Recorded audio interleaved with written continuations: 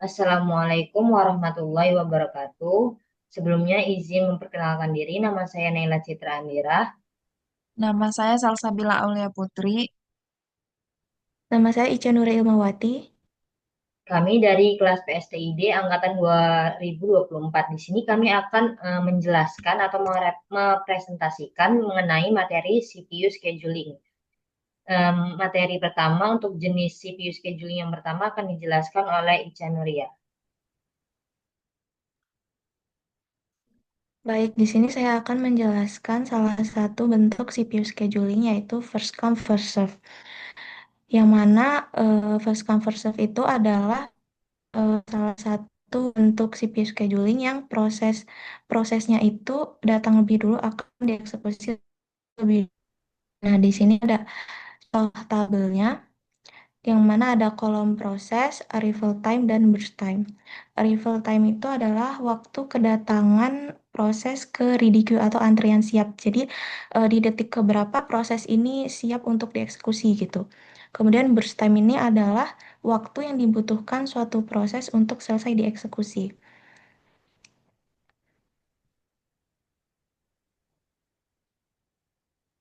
Kemudian di sini kita dapat menghitung waktunya itu menggunakan Gantt chart.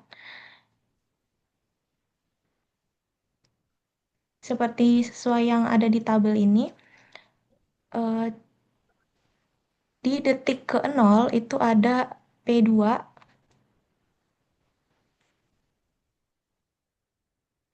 di detik ke-0 atau arrival time 0 itu ada P2 yang akan dieksekusi. Kemudian P2 ini burst time itu adalah 1 detik. Maka di sini selesainya itu di detik ke-1. Kemudian di detik ke-1 ini nggak ada nih proses yang siap untuk dieksekusi. Selanjutnya itu adanya di detik kedua yaitu P1 dan P3. Maka di detik ke-1 sampai ke detik kedua itu CPU-nya adalah idle atau kosong. Nah, di detik kedua itu ada P1 dan P3. Karena ini first come first serve, yang pertama itu akan dieksekusi terlebih dahulu, maka P1 dulu yang akan dieksekusi. Di sini P1 burst time-nya itu adalah 2, maka dia selesai di detik keempat. Kemudian selanjutnya adalah P3, burst time-nya itu 3, selesai di detik ke-7. Kemudian ada P4, burst time-nya itu ada 5 detik. Dari detik ke-7 selesai di detik ke-12. Kemudian P5 itu burst time-nya ada 4, selesai di detik ke-16. Di sini ada completion time. Completion time itu adalah waktu akhir eksekusi proses di Gantt chart. Yang dimana P1 ini ada di detik keempat, P2 itu di 1, P3 itu di 7, P4 di 12, dan P5 itu di 16. Selanjutnya ada turnaround time. Turnaround time itu adalah total waktu yang dihabiskan sebuah proses sejak masuk sampai selesai. Menghitungnya itu bisa dengan completion time dikurang arrival time atau waiting time ditambah dengan burst time. Sedangkan waiting time itu dihitung dari turnaround time dikurang dengan burst time. Kemudian di sini ada response time. Response time itu adalah waktu dari kedatangan proses atau arrival time sampai proses pertama kali mendapat CPU. Jadi cara menghitung response time ini di detik dia mulai mau dieksekusi dikurang dengan arrival time. Response time dan waiting time itu nilainya sama. Kemudian di sini ada rata-rata turnaround time itu dihitungnya dari jumlah jumlah turnaround time dibagi dengan jumlah proses. Jumlah turnaround time di sini ada 29 dibagi dengan 5. Hasilnya 5,8. Dan di sini ada rata-rata waiting time-nya itu jumlah waiting time dibagi dengan jumlah proses. Jumlah waiting time-nya itu ada 14. 14 dibagi dengan 5 hasilnya 2,2. Baik, mungkin sekian yang dapat saya jelaskan. Saya kembalikan ke moderator. Baik, terima kasih. Nah, izin Ica untuk turunkan dulu screen-nya. Baik, di sini saya akan melanjutkan mengenai CPU scheduling yang kedua, yaitu berupa shortest job first atau shortest job next. Di mana prinsip kerjanya itu proses dengan waktu eksekusi atau burst time paling pendek dijalankan terlebih dahulu. Lalu tujuannya itu untuk meminimalkan average waiting time dan turnaround time. Untuk jenis SJF sendiri yang dipakai di sini yaitu non-preemptive, yaitu sekali proses sudah jalan tidak bisa dihentikan sampai selesai. Dan untuk preemptive sendiri itu bisa disebut juga dengan shortest remaining time first atau SRTF. Dan jika terdapat dua proses burst time-nya sama, maka diterapkan FCFS atau first come first serve. Baik, di sini saya pindahkan yang ada di doc sebelumnya untuk di Word yang baru agar bisa dicoret-coret. Jadi yang pertama ini dengan kita dapat menghitungnya dengan gancar, yaitu dengan melihat arrival time yang paling sedikit, yaitu di mana di detik ke-0. Di detik ke-0 ini terdapat proses P4, maka ditulis proses P4 di sini. Lalu dengan arrival time-nya itu 0 dan burst time-nya itu berupa 6. Jadi selesai di detik ke-6. Untuk selanjutnya, untuk yang proses yang dilewati selama 6 detik itu ternyata ada proses 1, proses 2, proses 3, dan proses 5. Di mana jika terdapat beberapa proses, maka dilihat dari burst time-nya yang paling kecil. Di sini burst time yang paling kecil itu di proses 1 dan proses 3 sama-sama 1. Karena sama-sama 1, mengacu pada kondisi ini, yaitu jika terdapat dua proses burst time yang sama, maka diterapkan FCFS, yaitu yang mana datang, yang mana dilayani terlebih dahulu. Nah, untuk yang pertama kali datang itu P1. Jadi kita tulis P1 di sini. Lalu P1 itu burst time-nya berupa 1, jadi 6 tambah 1, 7. Selanjutnya eh, kita lihat lagi untuk burst time yang satu ini ada di P3, yaitu di sini di list P3 dengan burst time-nya juga 1, berarti 7 ditambah 1 sama dengan 8. Selanjutnya kita lihat lagi burst time yang paling sedikit, yaitu ada di P5, di mana burst time-nya itu ada 3. Jadi tulis P5 untuk antrian selanjutnya. Lalu 8 ditambah 3 itu ada 11. Selanjutnya yang terakhir, terdapat proses kedua, yaitu dengan burst time yang paling banyak, dengan jumlah burst time-nya 5. Jadi 11 ditambah 5 sama dengan 16. Jadi total waktu yang dibutuhkan untuk menyelesaikan kelima proses ini yaitu 16 detik.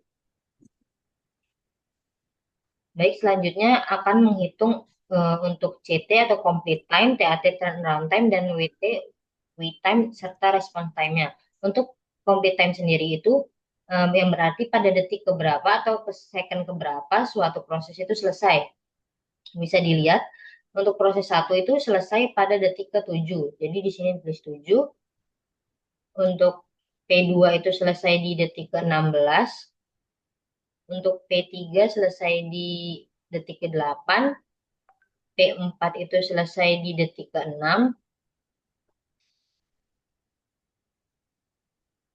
Untuk P5 itu selesai di P5 itu selesai di detik ke-11. Selanjutnya untuk TAT itu, TAT adalah total waktu yang dibutuhkan sebuah proses sejak pertama kali masuk sistem hingga selesai dieksekusi, yaitu dengan rumus complete time dikurang arrival time. Di mana complete time dan arrival time-nya sudah ada, jadi tinggal dikurang. 7 kurang 2 itu 5, 16 kurang 1 itu 15, 8 kurang 4 itu 4, 6 kurang 0 itu 6, dan 11 kurang 2 itu 9.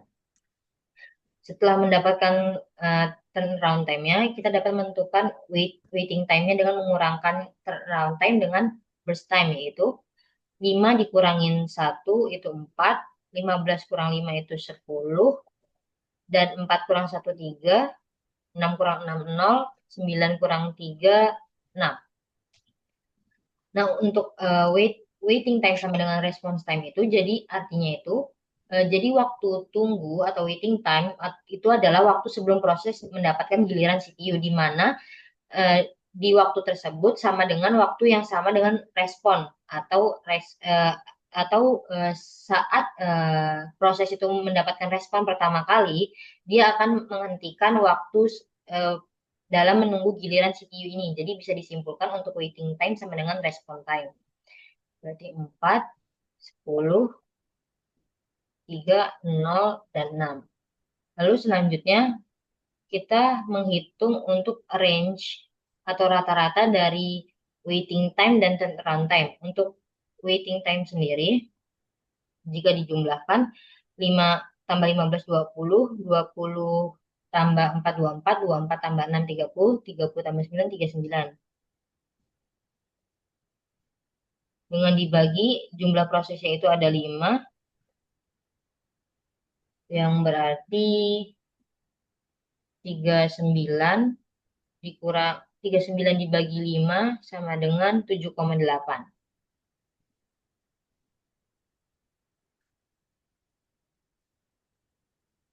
Ini untuk range TAT.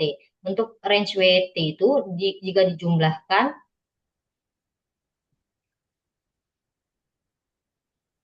hasilnya itu 23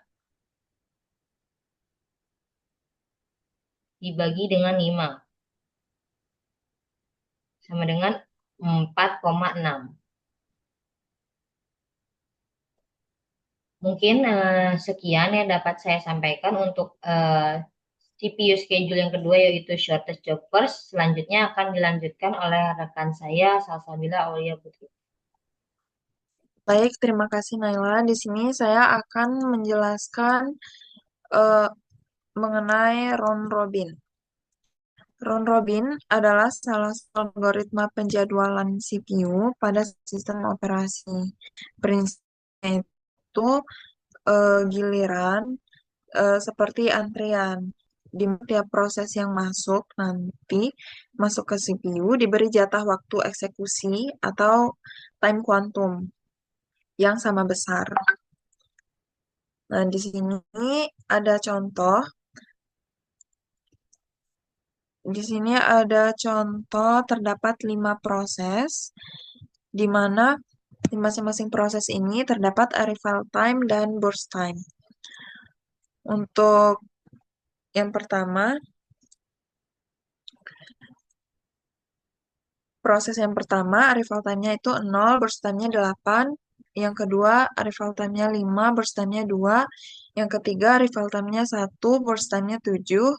Yang keempat arrival time-nya 6, burst time-nya 3. Dan yang kelima arrival time-nya 8 dan burst time-nya 5.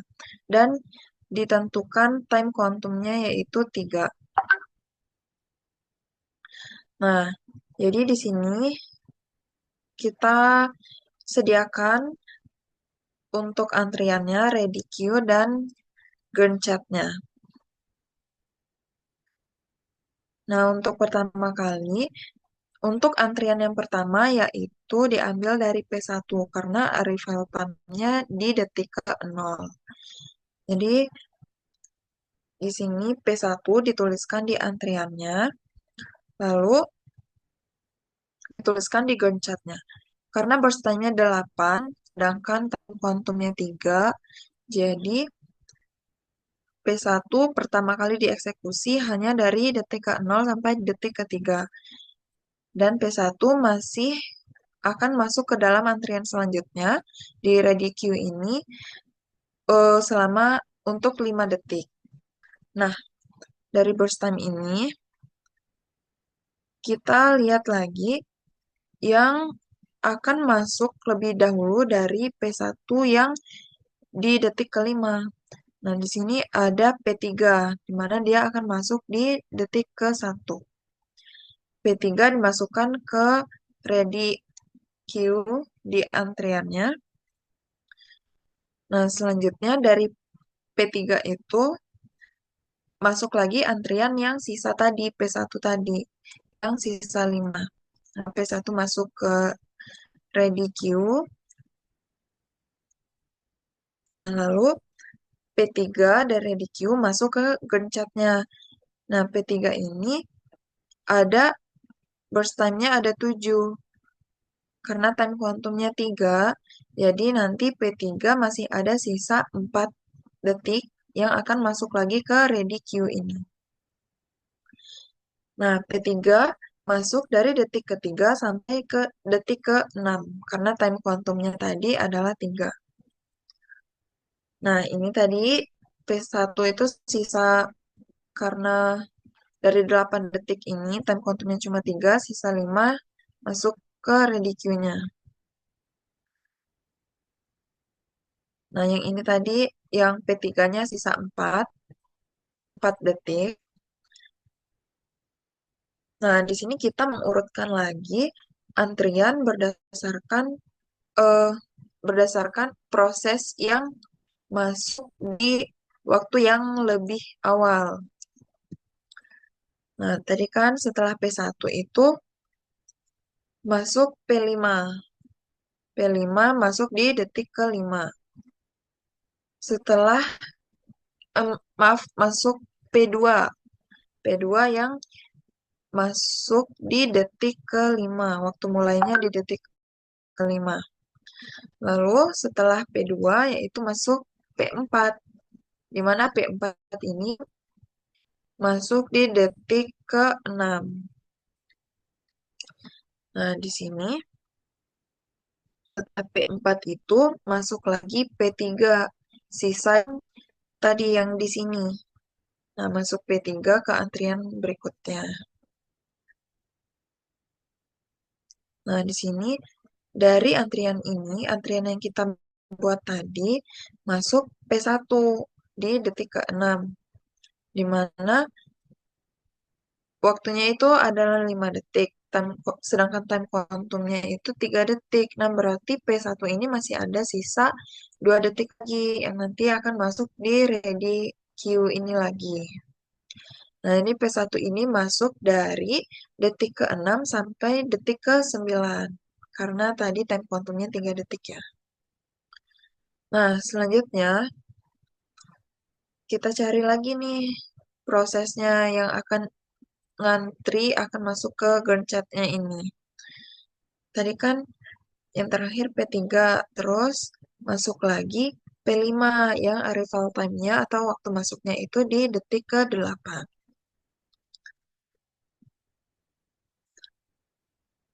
Nah, selanjutnya P2 akan masuk ke gunshot ini. P2 dari detik ke-9 sampai detik ke-11. P2 ini langsung selesai. Kenapa? Karena burst time-nya 2, sedang masih ini tidak melewati dari time quantumnya. Oke, P2-nya selesai. Selanjutnya akan masuk ke gunshot yaitu dari P4. P4 arrival time-nya 6 di detik ke-6 dan burst time-nya 3. Nah, pas nih sama time quantumnya. Jadi P4 dari detik ke-11 sampai ke detik ke-14. Nah, P4-nya udah selesai. Selanjutnya kita masukkan lagi sisa dari P3 tadi ini.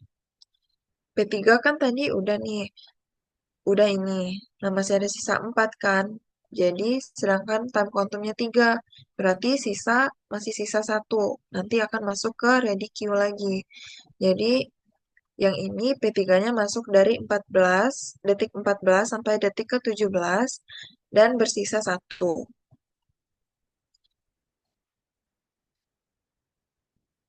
Nah, selanjutnya setelah P3, masuk lagi P5. P5, burst time-nya 5, Sedangkan time quantumnya 3, berarti P5 masih ada sisa 2.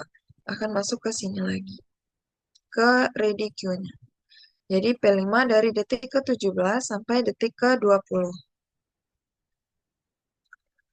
Nah, setelah itu akan masuk lagi P1. P1 ini karena masih ada sisa 2 detik tadi. Time quantumnya 3 berarti P1 bisa langsung diselesaikan eksekusinya. Dari P1 yaitu dari detik ke-20 sampai detik ke-22 karena hanya 2 detik. Nah, P1 sudah selesai, akan masuk lagi P3. P3 sisa 1 detik tadi. Jadi dari detik ke-22 sampai detik ke-23. Nah, untuk yang terakhir yaitu P5. P5 tadi masih sisa 2 detik. Jadi dimulai dari detik ke-23 sampai detik ke-25. Nah, di sini dilanjutkan dengan menghitung CT atau complete time, TT turnaround time, waiting time, dan response time. Di mana CT itu adalah waktu selesai masing-masing proses. Nah, untuk P1 selesai di detik ke-22, P2 selesai di detik ke-11, P3 selesai di detik ke-23, P4 selesai di detik ke-14, dan P5 selesai di detik ke-25. Nah, untuk turnaround time ini dihitung dari CT dikurang dari AT. Nah, 22 kurang 0, 22, 11 kurang 5, 6, 23 kurang 1, 22, 14 kurang 6 adalah 8, dan 25 dikurang 8 adalah 17. Nah, untuk waiting time sendiri itu dihitung dari TT dikurang BT.